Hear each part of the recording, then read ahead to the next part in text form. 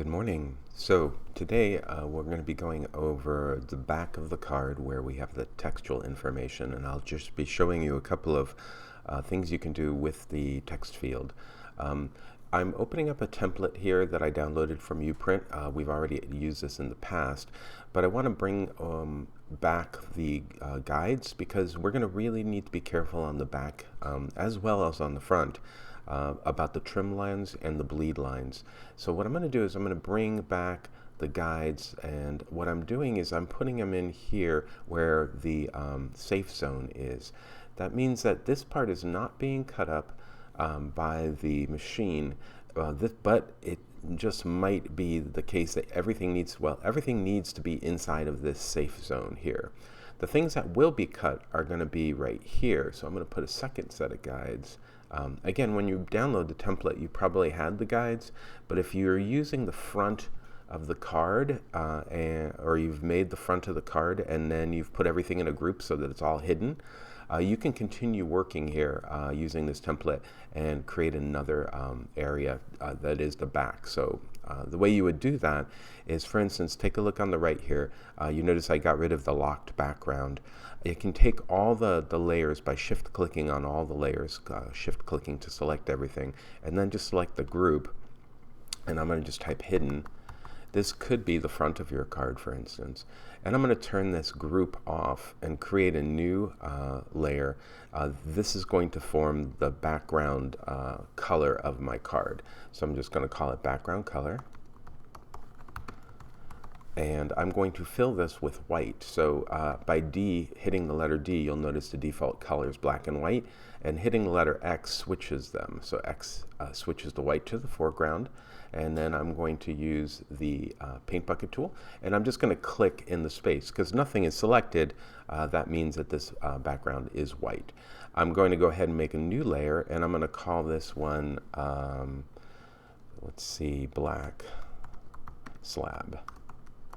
And I'm going to use this black slab layer to create a marquee near the top here. So I'm going to select the marquee tool, M for marquee, and I'm just going to select an area here and make a box that goes all the way across. And I'm going to hit the letter G to jump to the paint bucket tool, hit the letter X to bring the background color back, and then I'm going to fill this in with black. And I'm going to go back to my move tool, and you can see that that is a solid black background. I'm going to go ahead and deselect this image, and you'll see that now I have like something going on as far as like a breaking up of the card itself. I'm going to hit the Command T, and I'm going to hold the Shift key down, and that will allow me to move this box either up or down because I kind of want it to be a little bit bigger, and then I'm going to hit the return. I'm going to do this one more time. I'm going to make a new layer, and this time I'm going to call it line. And I'm going to actually make a line that goes all the way across, just something to break up the eye and the space. I'm going to make this rectangle fairly thin, as you can kind of see there. You can see me zoom in on this, and there it is. I'm going to hit the letter G to jump to the bucket tool, and just fill it in with a line of black. Then, of course, deselecting before I go back to the move tool. And now I've got this line that I can use and move around if I need to, even make it thinner or thicker. Anyway, so this breaks up the space, and my idea is to have the title up here in white on a black background, some information here, and then the information here. Let's get started with the information itself. Now, I've got the information on Microsoft Word, and you should have it too. And what I'm going to do is just go ahead and highlight everything that's going to go in that card. So I'm going to start here to here and copy that. And then I'm going to go back here, and I'm going to find the text tool, T for text, it jumps me here.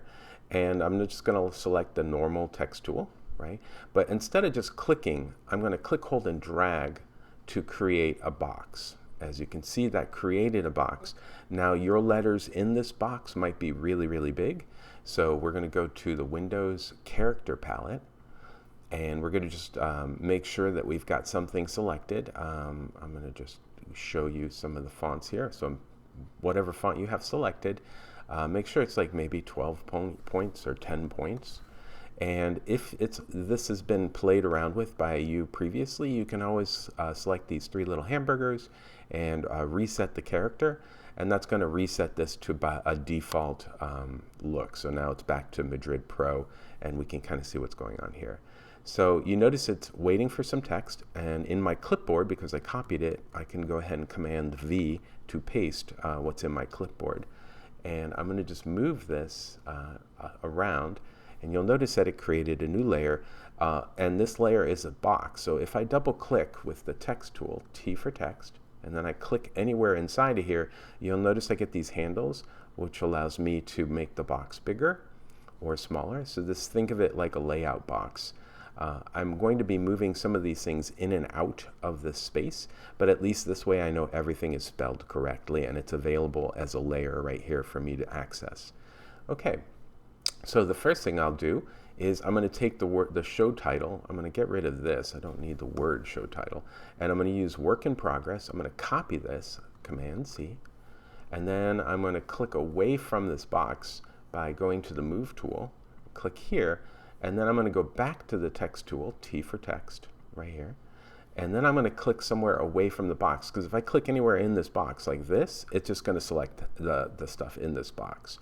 So again, you have to select the Move tool, go back to the text tool, and then click someplace away from that box and just click, and then I'm going to paste Command V, work in progress. So you should have two different fonts that you might want to use for this card. The first font should be what you used on the front, and that should be quite big, probably thick, serif. I'm going to select this font just by triple clicking here, and I'm going to go here, and you'll notice that you can select all kinds of fonts, and if you have the font, the word selected, just by moving over these words, you'll see what the font looks like. Now obviously the font is too small, so let's go ahead and make it much bigger, and I'm going to change the color up here to white so that I can see what it looks like on the black background. And I'm going to just move it here. And now I'm going to again use the T for text tool, click inside of here and select all of that so it changes. And now I'm going to look and see what I like. Now I've already picked the front for this. I've actually starred the ones I like. There's little stars here, so if you see stuff you like, you star it, and then by clicking the star, you see only your favorites. So you can see the work that I've already done to select the works I like. So I think I wanted this one, and so this is the work in progress that I'm going to have. I want it a little bigger, so I'm going to make it 80 points, and I'd like it stretched out a little bit more, so this is going to be 10, and you notice how it spaces it out a little bit more. And as you can see, that's the first part. Now I'm being very careful to stay inside of these lines because I don't want anything to be cut off. All right, the next part is, and by the way, this is called a sans serif font because it doesn't have those little serifs that you normally would see, like the way that the I or in Times New Roman or those kinds of things. Let's click away with the Move tool. Let's click back down here into this work in progress. I will like the word group show, so I'm going to get rid of that, and I'm going to select group show, and I'm going to cut it, Command X, and that pastes it into memory. And I'm going to click away with the Move tool, and then T for text, and click over here and just fill this. I don't know why that stupid thing keeps coming up, with the word group show. I'm going to select it all. I'm going to make it bigger and select my font. And this time I'm going to actually not do any of my stars. What I'm going to do is find a serif serif that I really like. So there's a lot to choose from, as you can kind of see.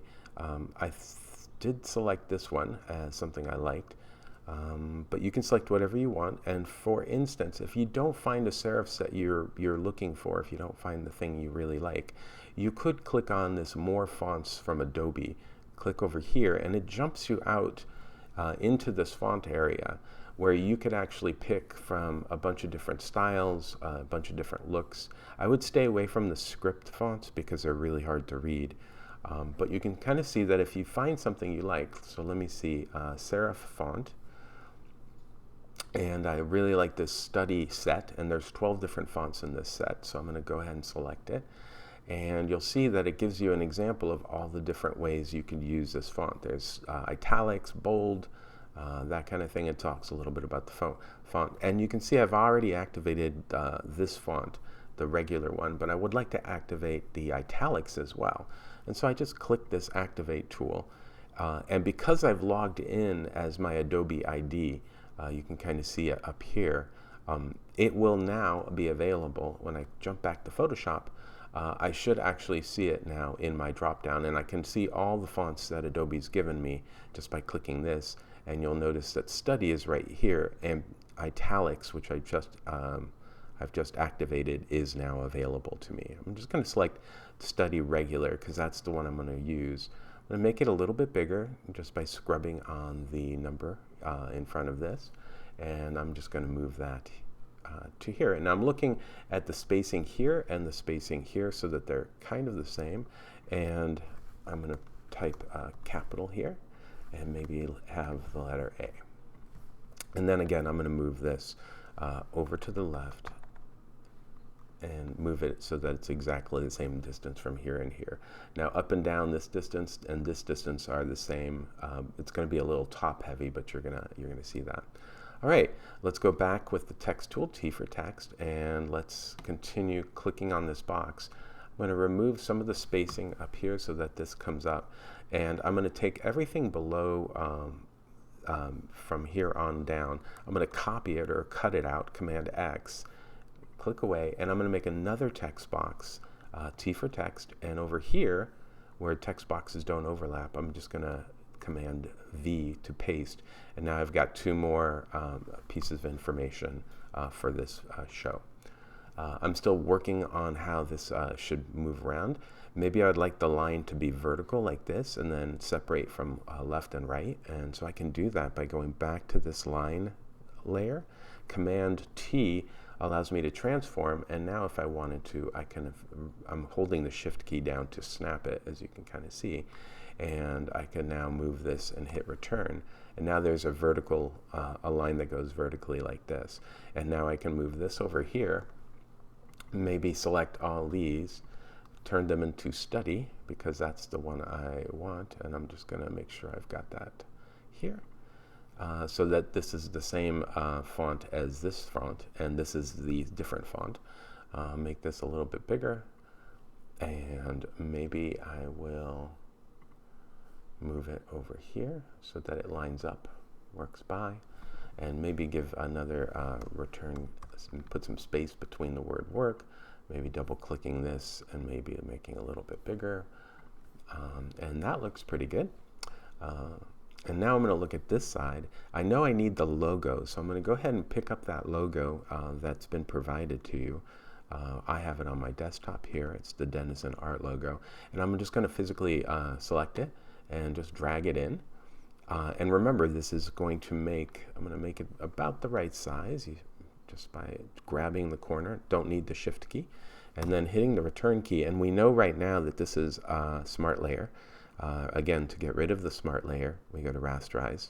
Once we're sure about the size, we then rasterize it. And I know that I'm going to want this right around here. And my thought is to take this address and actually kind of line it up with the top of this logo. So let me go ahead and do that. I'm going to select this address. Actually, I'm going to just take everything but the address. I'm going to copy this and cut it, and then get rid of this space here and get rid of all the space below it. And now I can physically move this where I want it to be. And then because I've got something in Clipboard, I'm just going to go back to my text tool, and I'm going to select an area here and paste. And remember, you've got to make all these Study because that's what you're using. Right now it's Madrid Pro, so be aware. I'm going to go back down here, make this Study as well so that all the fonts are look correct. And I'm going to get rid of the space in front here. Now, I don't know if I want it left aligned. I think it would be cool if it were right aligned. So I'm going to just go to my paragraph palette right here. and I'm going to just click on this, and you can see that it just did one line because that's the line I've selected. Let me select all the lines. There we go. And I'm going to make sure that it's kind of aligned, and you can see that this could be a little bit bigger because I want the top to kind of be here, and I want the bottom to be where it is right now. So let's go ahead and select that with the T tool, right? And then select all of it. I'm going to look at the font size. It's 12. Let's make it 14. And let's see what that looks like. Might be now the reason it's doing this is because our box is wrapping. So to make the box, you can make the box a little bit longer, and you'll notice that it won't do that wrapping thing. So be aware that you can change the box size as well. Okay, so I think this is better. You can definitely see the address and the location. It might be a little overwhelming. Just not happy with it aesthetically. So let's go back to 12. And I'll just make sure that it's top aligned so that it feels like it's part of this logo. And then finally, let's take this on view, February from, and maybe I'll put a colon here, and February 15th to March 21, and then I'm going to make this a little longer and bigger so that when I make this font a little bigger, it'll just be the right size. And maybe I'll make it a little bit wider as well. Boop. That makes it a little wider. There we go. And maybe I'll move this group show, and I just select the word group show here, and then I can move that here. And then by the way, I'm command clicking to select this box, but you can also find it here. And this allows me to, so this feels a little bit big. I hope you've read the reading, and you can see that hierarchy is really important. The bigger the word, the more importance. So I want to make this maybe 16. That looks about right. And I think that's going to do it. I'm going to close this up. I'm going to hit the letter F button twice so that you can see how this card's looking, and the command colon will remove the actual background, and you can kind of see that this is a little bit like what the card back will look like. And then F again will bring me back into this area. Now we know that this is going to be tight, it's going to be cropped a little bit more, right? Command colon brings back the grid, and we know that if I were to draw a marquee around this area, this is actually, I'm going to command colon again. The stuff inside of this marquee is what we're going to be keeping. Everything else is going to be trimmed away, but you can see that the bleed is perfect as far as its full bleed. And just by looking at it this way with that marquee, with the marching ants, I think the word work in progress could go up a little bit. And that's what I'm going to do before I leave. I'm just going to find that work in progress here.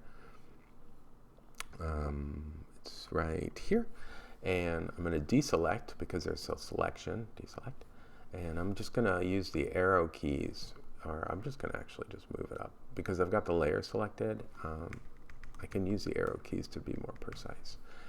Once you're happy with the layout for the back and you've got no spelling mistakes, everything is good, maybe here, maybe it would be nice to have it right aligned with this line. Let's see how that might look. So again, I'm going to go to my P here that's just shown up, and let's see how that looks if I were to do that.